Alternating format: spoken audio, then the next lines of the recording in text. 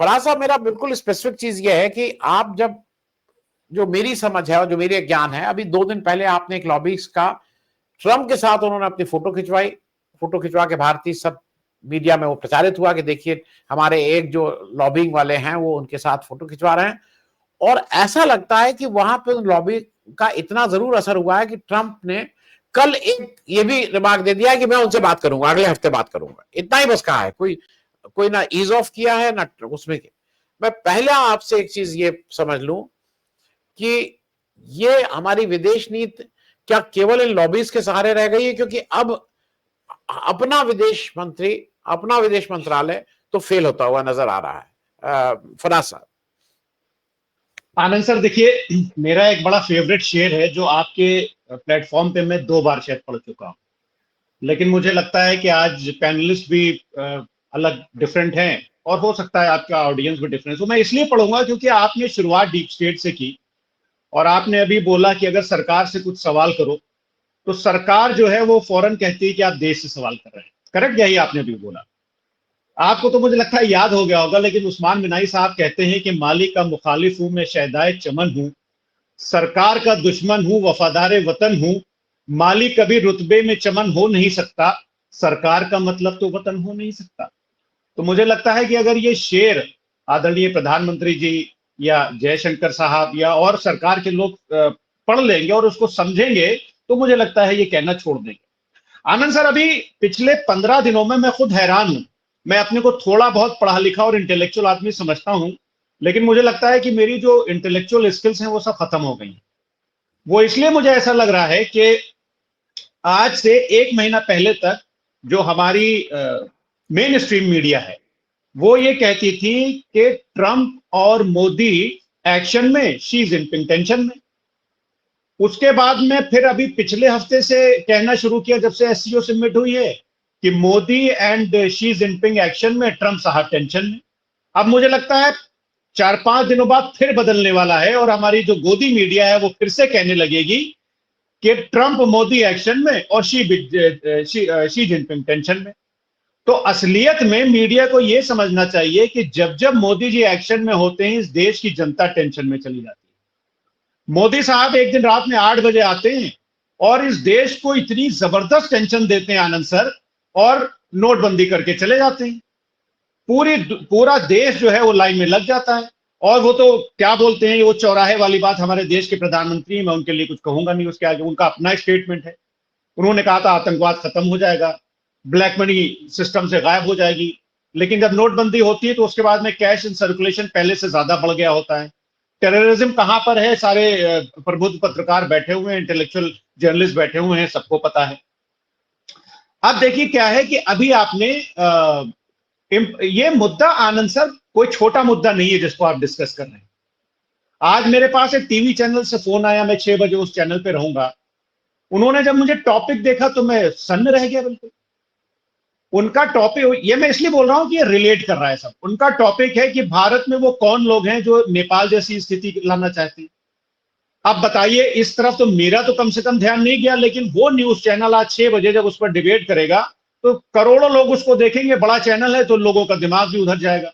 मुझे याद है, मैं रामचंद्र गुहा की आजकल एक किताब पढ़ रहा हूं गांधी जी के ऊपर।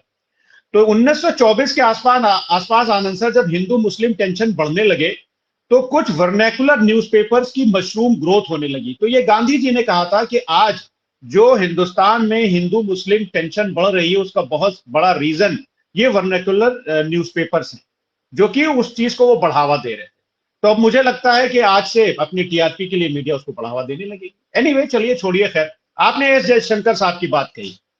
देखिए क्या है कि इसको, जो मोदी साहब का जो आपने जिक्र किया था, बिल्कुल सही आपने बोला कि किसी भी देश की जो स्ट्रैटेजी होती है, जो ग्लोबल फॉर्मेट पर हमारी पोजीशनिंग होती है, वो प्राइम मिनिस्टर के चेंज होने या रिजीम के चेंज होने से उसमें प्लस माइनस 10-15% ही फर्क पड़ता है। लेकिन मोदी साहब जो है वो जवाहरलाल नेहरू जी अपने आप को बनना चाहते हैं। आज की तारीख में प्रॉब्लम ये है कि नेहरू गाली देते हैं ये लोग संसद से लेकर के सड़क तक कि ये नेहरू बन नहीं पाए, लेकिन नेहरू बनने की पूरी कोशिश करते हैं। अब होता क्या है कि जैसे बोलते हैं ना कि अब की बार मोदी सरकार, भाई मैंने तो कभी ऐसे नारे नहीं सुने कि अब की बार इंदिरा सरकार, अब की बार राजीव सरकार, अब की बार नेहरू सरकार, हमेशा यही या तो कांग्रेस ने नारे दिए कि हमारी सरकार बनवाइए, गरीबी हटवाइए, हम लोग जो समाजवादी पार्टी के लोग हैं हम लोग ने कहा कि सोशलिस्ट की सरकार लाइए। ये कब हुआ? हम तो आज भी, आज हम उत्तर प्रदेश की राजनीति करते हैं, हम तो आज भी ये नहीं बोलते हैं कि अब की बार अखिलेश सरकार, हम बोलते हैं कि समाजवादी सरकार। तो you correctly pointed out Anand sir कि मोदी साहब अपनी मार्केटिंग के ऊपर ज्यादा ध्यान देते हैं। आपको याद होगा कि जब हाउडी मोदी किया गया तो पूरे देश, हम, मुझे भी बड़ा गर्व हुआ था कि ट्रंप साहब ने अमेरिका में हाउडी मोदी किया है, हमने भी बहुत तालियां बजाई। भाई हमारे हैं तो प्रधानमंत्री, हमारे उनके पॉलिटिकल डिफरेंसेस हो सकते हैं। नमस्ते ट्रंप किया गया, हालांकि कोविड काल शुरू हो चुका था लगभग, लेकिन फिर भी हम लोगों ने खूब तालियां बजाई कि भैया ट्रंप साहब आ रहे हैं, हम लोगों ने नमस्ते ट्रंप किया। लेकिन वो नमस्ते Trump, howdy Modi, bonjour Modi, ये सब क्यों किया गया? ट्रंप माय फ्रेंड, ट्रंप मेरे दोस्त, और मोदी जी को अपनी सेल्फ मार्केटिंग का, जाहिर सी बात है पूरी दुनिया को पता है कि बहुत शौक है। अब मोदी जी कहते हैं Anand sir, make in India, make in India, स्वदेशी की बात करते हैं, लेकिन जूते से लेकर के और कलम तक के उनके सब विदेशी होते हैं। गांधी की नकल करना आसान है, लेकिन गांधी बनना बहुत मुश्किल है। गांधी जी ने जब स्वराज की बात की, गांधी जी ने जब स्वदेशी की बात की, तो अपने हाथ से वो कपड़ा बनाते थे, वो चरखा चलाते थे, और फिर वो खाली धोती और मुझे लगता है कि एक शॉल ऐसी जो होती थी खादी की, वो ओढ़ते थे। उन्होंने तो सरला देवी चौधरानी, जो कि एक बहुत बड़ी इंटेलेक्चुअल थी, बहुत बड़े परिवार से आती थी, उन तक को उन्होंने खादी पहना दी थी। तो आनंद सर, अगर आपको मेक इन इंडिया करना है, स्वदेशी करना है, तो you will have to lead by example. अगर आप मेक इन इंडिया करना चाहते हैं तो बाटा के हवाई चप्पल पहनिए, किसने रोका है? हम आपका साथ देंगे, हम आपके फैन हो जाएंगे। लेकिन आपके पेन से लेकर के और चप्पल तक सब विदेशी होता है। खैर, आपने भी एस जयशंकर साहब की बात की। आज से ठीक 1 साल पहले आनंद सर, जयशंकर साहब का मैं आपको एक स्टेटमेंट सुना देता हूं। जयशंकर साहब कहते हैं कि India's economic relationship with China is unfair, lacking balance. और उन्होंने जो इंडिया की जो इकोनॉमिक रिलेशनशिप थी चाइना की, उसके ऊपर बहुत सारे सवाल उठाए थे, और उनका एक बड़ा गंभीर स्टेटमेंट था। एस जयशंकर साहब ने बोला था कि as Indian goods do not have the same market access in China as Chinese products enjoy in India. और global centre for security policy के भाषण में, जो कि जेनेवा में, मैं इसलिए बोल रहा हूं क्योंकि आपने एस जयशंकर साहब का जिक्र किया, जेनेवा में उन्होंने कहा था, ये बात कही थी। और उसके नतीजे, और उसके बाद में भी क्या हुआ था कि एक तरफ तो एस जयशंकर साहब चाइना के ऊपर तमाम सवाल उठा रहे थे, लेकिन फाइनेंशियल ईयर 2024 में चाइना से जो इंडिया ने इंपोर्ट किया था वो $100 बिलियन क्रॉस कर गया, और ये बढ़ता जा रहा है। और आप आयरनी देखिए कि हमने जो एक्सपोर्ट किया था वो $16 बिलियन का था। तो जो ट्रेड डेफिसिट चाइना के साथ था वो लगभग $90 बिलियन का था। इसके बाद ही मैं आपको एक और इंपॉर्टेंट बात बता देता हूं आनंद सर, कि a working paper by the Indian Advisory Council to the Prime Minister was published in 2022, और उसमें ये बताया गया, मतलब ये प्राइम मिनिस्टर साहब के ऑफिस ने पब्लिश किया था, कि जब जो भारत से हम एक्सपोर्ट करते हैं चाइना में, तो चाइना तमाम नॉन टेरिफ बैरियर्स भारत के ऊपर लगा देता है, मगर हम तो आसानी से चाइना की मदद करते हैं कि आप आइए और भारत में बिजनेस करिए।